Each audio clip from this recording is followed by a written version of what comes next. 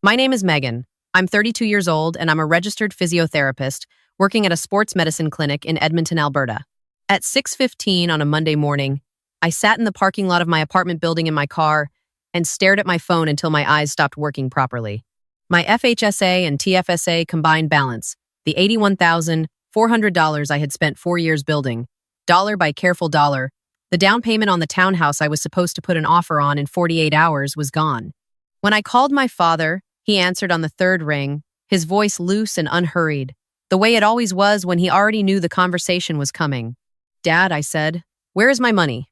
There was a long pause. Then he said, "Meg, relax. We needed a bridge. You were always going to help us anyway." Before I tell you what I did next, hit subscribe if you've ever had to fight the people who were supposed to be in your corner, and drop a comment letting me know where in Canada you're watching from. Because this story starts with a family cabin weekend in the Rockies, and it ends in an Alberta courtroom, and everything in between taught me the most expensive lesson of my life. My father's name is Gary. My mother's name is Sandra. If you met them at a backyard barbecue in Sherwood Park, you would think they were the warmest, most generous people you had ever encountered. Gary would hand you a beer before you even asked for one. Sandra would remember the name of your dog. Gary had a handshake that made people feel chosen and a laugh that made rooms feel bigger. He was the kind of man who always had a business idea on the go, always had a contact who was about to open doors, always had a deal that was 2 weeks away from changing everything. In 20 years of watching him, I never once saw the deal close. I learned early what that meant for the people around him. I was 12 when my grandmother on his side passed away and left a small inheritance split between Gary and his sister, my Aunt Carol. My grandmother had put aside $14,000 for Gary specifically, with the note that it was meant to help him stabilize. Within 8 months, it was gone into a vending machine route that never got off the ground. I remember the night my mother told me they couldn't afford my hockey registration that winter. I remember thinking, even at 12, that I would never in my life put money somewhere my father could reach it. I kept that promise to myself for 20 years. I left home at 18 on a provincial scholarship, put myself through the University of Alberta's physical therapy program working evening shifts at a grocery store in Garneau, and graduated with my degree and zero debt. I was methodical about money in a way that felt almost pathological to my friends. I maxed my TFSA contributions every January 1st. I opened an FHSA the year the federal government launched the program and contributed the full $8,000 annually. I ate lunch, I packed from home. I drove a 2017 Civic that I'd bought used and paid off in 2 years. While colleagues talked about trips to Mexico, I was watching MLS listings in the Windermere and Glenridding areas, running amortization calculators before bed. My relationship with my parents had narrowed over the years into something manageable. I saw them at Christmas, at Easter, at the occasional birthday dinner. I had given my father money exactly once, a $6,000 personal loan in 2021 when he told me he was behind on their mortgage and Sandra was worried about losing the house. He had promised me a repayment schedule. He had texted me twice after that with variations of "things are tight, but we're working on it." And then the texts had stopped. When I eventually raised it again at a family dinner, my mother had looked at her plate, and my father had laughed in that easy, dismissive way and said I was making the table uncomfortable. I stopped expecting the $6,000. I added it mentally to the tally of what Gary cost the people who loved him, and I moved on. So, when my younger sister Jess called me in late September and said that Mom and Dad were planning a long weekend at a rental cabin outside of Jasper, and they really wanted the whole family together, and that maybe it would be a good reset after a tense summer, I almost said no. I had a unit on Rabbit Hill Road in Windermere I'd been pre-approved on. I was deep in conversations with my realtor. I had a home inspection booked for the following Thursday. The timing was genuinely terrible. But Jess had a way of making me feel the absence of a normal family more acutely than I felt it on my own. She was 26, optimistic in a way I had stopped being, and she believed in the cabin weekend with a kind of hopefulness I didn't want to extinguish. So I packed a bag, drove the 3.5 hours west on Highway 16, and told myself it was 4 days. 4 days, and then I'd come home and sign the best offer of my life. The cabin was beautiful. That part I couldn't deny. A log-framed rental near the Athabasca River, with a wood-burning fireplace and a deck that looked out over a valley still clinging to its fall color. My father was in spectacular form. He grilled steaks on the Saturday night and told stories about his childhood in Red Deer that made even me laugh despite myself. My mother floated around the kitchen in that contented way she had when things felt good, pressing mugs of tea into people's hands. Jess and I sat on the deck wrapped in blankets and talked until 1 a.m. about her new job and my house and what it might feel like, just for once, to have something feel stable and solid. On the Sunday afternoon, it happened. My father's phone was having trouble with the RBC mobile app. He couldn't remember how to set up an e-transfer recipient, he said, and he needed to send money to a contractor for some repair work back home. He asked if I could show him how it worked. It was so ordinary. He handed me his phone. I opened the app, looked at the interface, and said, "It's basically the same as TD. I can show you on mine so you can see the steps." I pulled out my own phone. I opened my TD app. I walked him through the process: add payee, Interac e-transfer, recipient details, confirmation. He watched, nodded, asked a couple of clarifying questions. The whole thing took maybe 7 minutes. What I didn't know was that his phone, propped on the arm of the chair across from me, was recording a video of my screen the entire time. I didn't know that he had watched that video 11 times in the 2 days after I left.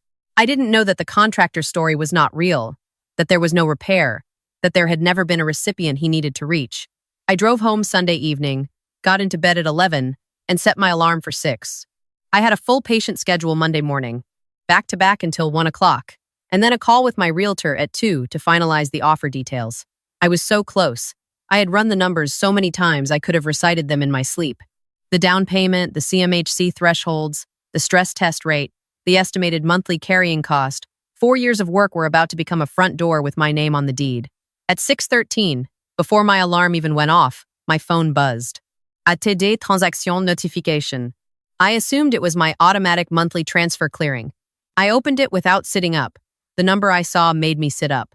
It wasn't a transaction notification for my automatic transfer. It was a withdrawal alert for $40,000. Interac e-transfer, processed at 2:47 in the morning. I stared at it until the screen locked. I unlocked it. I opened the TD app. I scrolled to my TFSA. The balance was $3,211. Yesterday it had held $43,400. I want to describe what that feels like, but I'm not sure the words exist for it. It wasn't panic. Not exactly. It was more like the floor under every assumption you've ever made about your own life, just quietly dropping away. I sat very still for what felt like a long time. Then I opened the transaction log.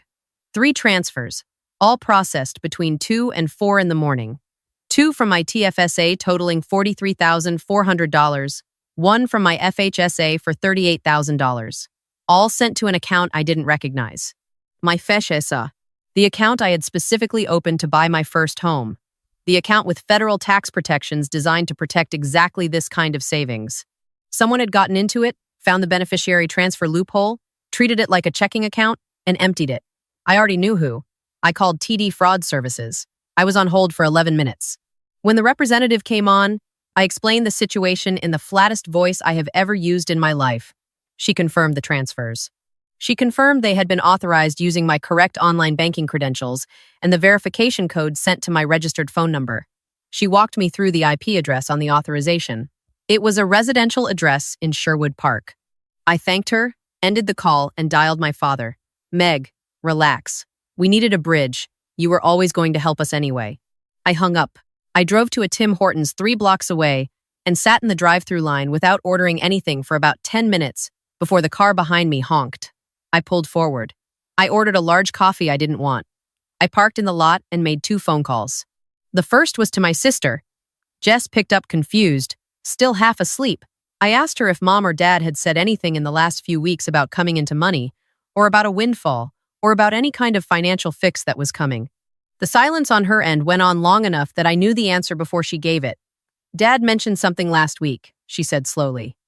"He said he was close to clearing a debt that had been hanging over him." He seemed really relieved. "Meg, what's happening?" "He took my down payment," I said. "All of it. $81,000. Last night." I heard her inhale sharply. Then she said very quietly, "Oh God." "I know you didn't know," I said. "I'll call you later today." I hung up and dialed my second call. My Aunt Carol, my father's older sister, who lived in Street Albert and who was, in every measurable way, the opposite of Gary. She was a retired high school vice principal, organized to the point of rigidity, who kept binders of her financial statements and reviewed her investment portfolio quarterly. She had always been clear-eyed about her brother in a way the rest of the family found uncomfortable. She picked up on the second ring. "Megan, it's early. Are you okay?" "No," I said. "Can I come to you right now?"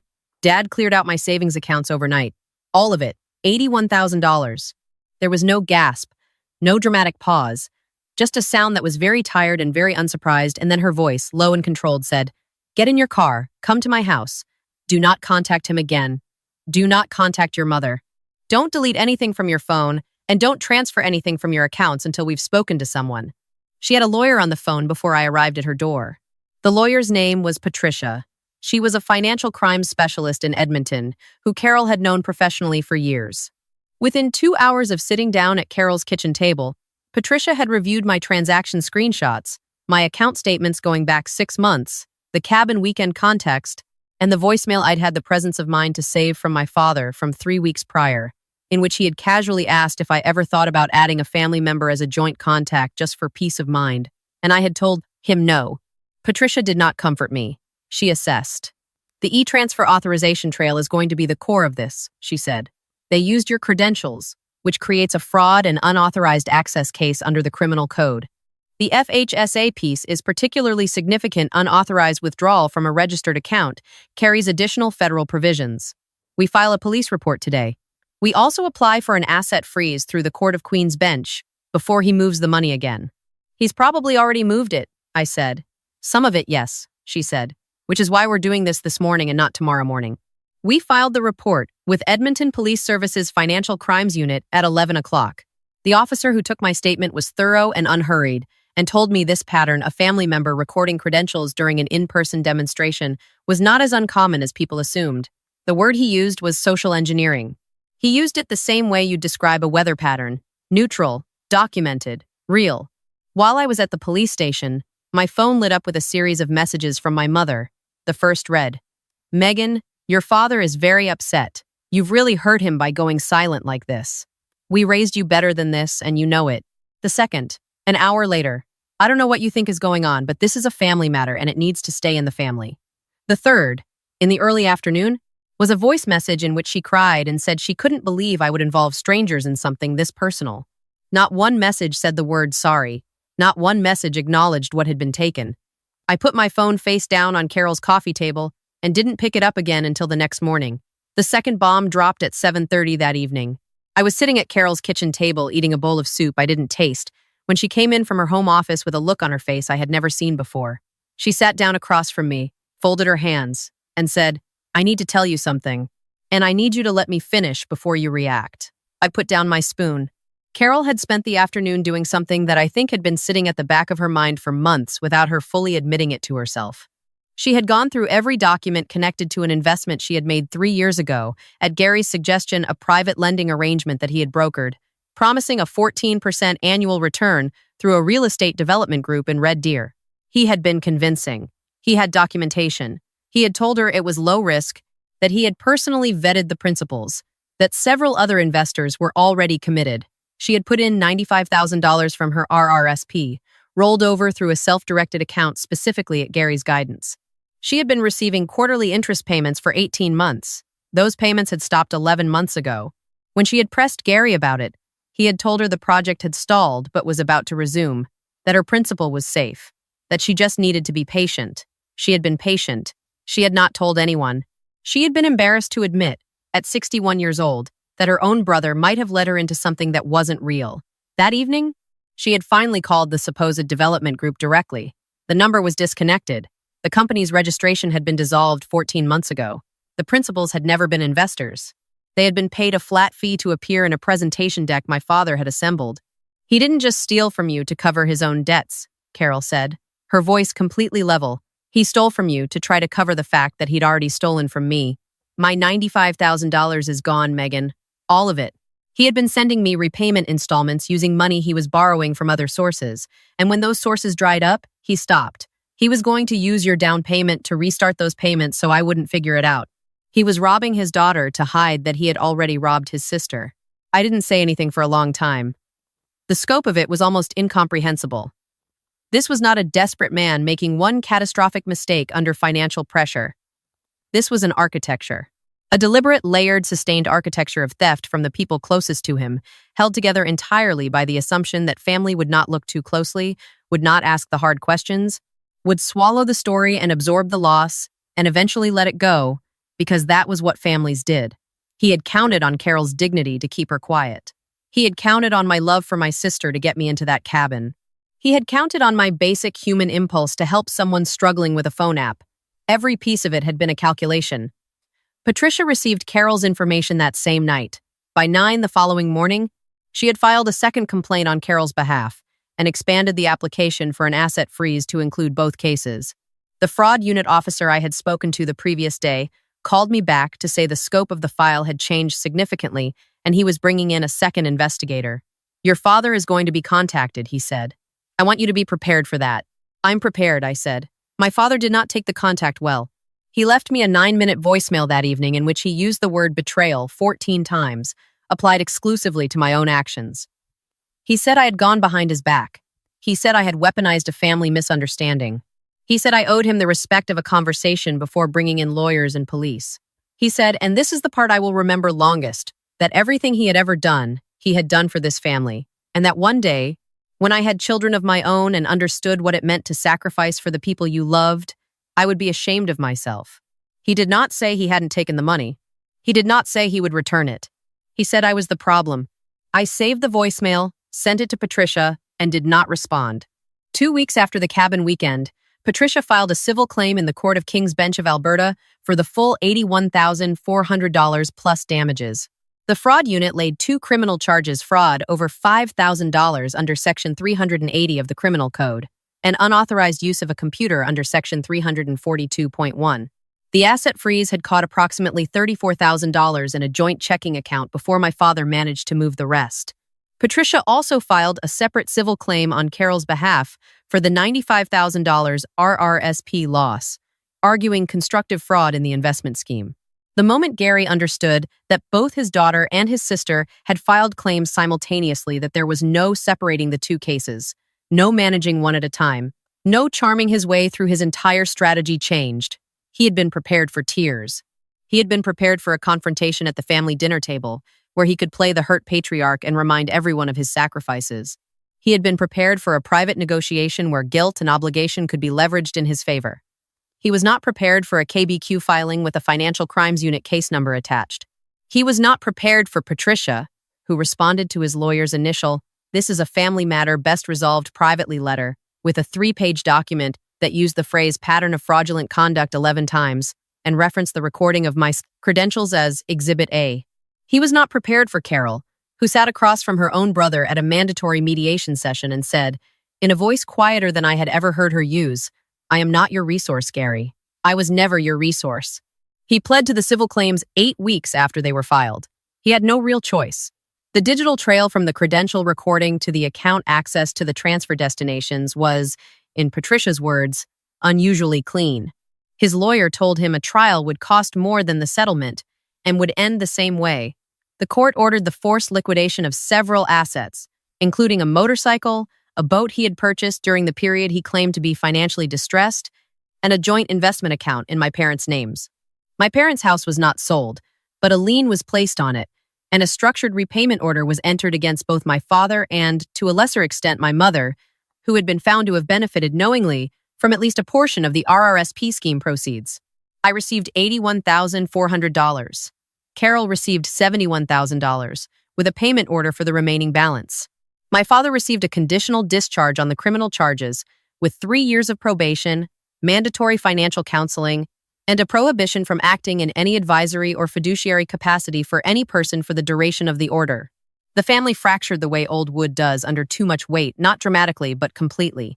My father's side of the extended family had always quietly known what he was, in the way that families always quietly know these things. And when the details became impossible to deny, the defense of him simply stopped. Nobody announced anything. The group chats just went quiet. My mother called me 4 times in the month after the settlement. I let the calls go to voicemail. She didn't say sorry in any of them. She said she hoped I understood she had been caught in the middle. She said she hoped I would find it in my heart to reach out when I was ready. She said she thought about me every day. She did not say she hadn't known. About 6 weeks after the settlement, a letter arrived from my father, court-mandated, written as part of his probation conditions. I opened it with less hope than I would have expected. I read it once standing at my kitchen counter. It was 4 pages long and contained no acknowledgement of what he had actually done to me. What it contained instead was an elaborate accounting of the pressures he had been under, the speed of the financial situation, the poor timing, the bad advice he had received on the investment that had compromised Carol's savings. He used the phrase, "I made some very serious errors in judgment," twice. He used the phrase, "I hope you'll understand the context," once. He did not use the word stole anywhere in 4 pages. He ended with, "I always believed in you, Megan, even when you couldn't see it." I folded the letter. I put it in an envelope. I labeled the envelope with the date. I put it in the back of my filing drawer behind my tax returns, which felt like the right place for it. Then I called the realtor. There was a semi-detached townhouse on Windermere Boulevard South that had come back onto the market after a sale fell through. 3 bedrooms, double-attached garage, 10 minutes from the clinic. My pre-approval was still active. My down payment was in my account. The offer went in at 7:30 on a Thursday evening. We got it. I'm writing this from the kitchen of that house. The walls still smell like fresh paint because I only moved in 3 months ago, and I spent the first 2 weekends doing every room myself with Jess, who drove down from her apartment in Street Albert with a carload of rollers and drop sheets and strong opinions about the color I'd chosen for the front room. She was right about the color. I changed it to what she suggested, and it's better. Jess is not involved in my parents' lives in the way she used to be. That was her own decision, made quietly and without drama. After reading the civil claim documents and understanding, fully and for the first time, the architecture of what her father had built and who had been standing in it, she didn't call it a betrayal or a rupture. She just stopped making herself available for it. Carol has dinner with me every second Sunday. We cook together and we talk about my patient caseload and her retirement projects and her garden in Street Albert, which is apparently the most aggressive and productive vegetable garden in the history of Street Albert. She doesn't bring up my father. I don't bring up my father. We don't need to. She also, quietly, and without making a production of it, connected me with her financial planner, a woman named Diana, who operates out of an office in Glenora, and who has never once made me feel like my careful relationship with money is something to be embarrassed about. Carol introduced us over coffee, and Diana looked at my FHSA and TFSA structure and said the one word I had been working toward for 4 years without anyone ever saying it back to me: smart. I learned things from this that I carry every single day.